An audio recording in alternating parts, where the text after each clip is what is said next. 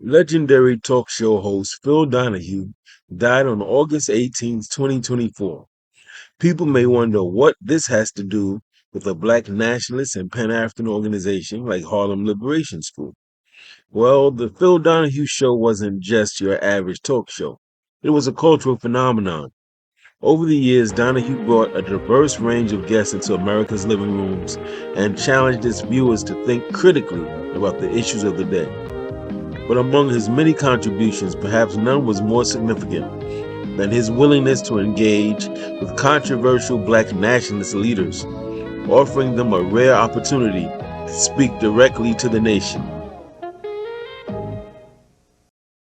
Here's the Minister Louis Farrakhan in his second visit to our program.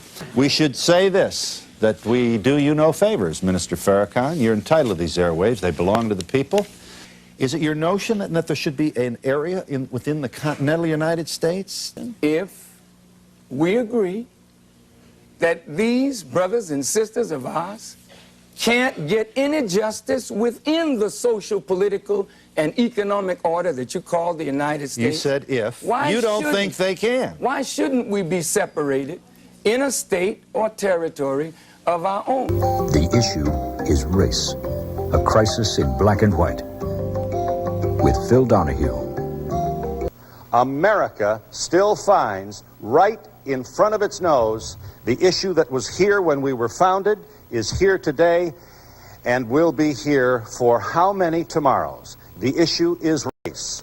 I greet you from the Cambridge Multicultural Arts Center in Cambridge, Massachusetts, where we have assembled a distinguished group of activists, scholars, and policymakers to help us make sense of what may be the nation's most important piece of unfinished business. The Constitution was established by white males with property. It said all men are created equal. Right. And they are endowed by their creator with certain inalienable rights. It didn't say women were created equal with men.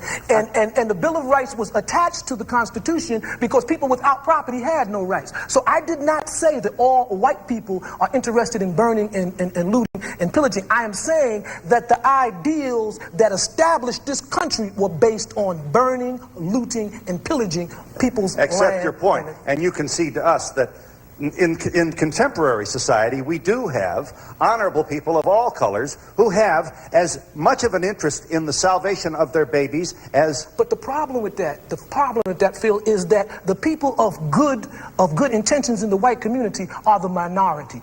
They do not stand on principle, and they do not struggle against their own racism and white skin privilege. See, the problem is this. It's like men who say, I understand how you feel as a woman being subjected to sexist behavior. They can't possibly. Not without interacting with women and empowering them. See, there was a period of time in this country after Reconstruction where African people owned a lot of land, owned a lot of businesses, and did a lot of things. But what happened was the American government, the Ku Klux Klans, and other organizations organized in smashing that effort. So it's not that we haven't tried to own lands and have not organized businesses. It's that if you are African in America, or in Latin America, or in the Caribbean, or in the continent, you will be hunted no matter what you do, because they do not want us to survive and become self-sufficient. And you can say no, but you haven't lived this life. You haven't lived this life. And the reason why we speak clearly and fiercely and strongly about it is because if we don't, you have people suffering in silence who never get the opportunity to be on with Phil Donahue. See, we can't look at the world as the mayor of Washington, D.C., or as Cornel West, the author. You see what I'm saying? You got to look through the eyes of the majority of your children, how they see the world, what they feel, the pain that they experience. Your comments appear to bespeak a political position in which you have no interest at all in reaching out and hoping and working for a multiracial community of harmony and peace. Am I correct in saying you have forsaken that ideal? My arms are tired, Phil.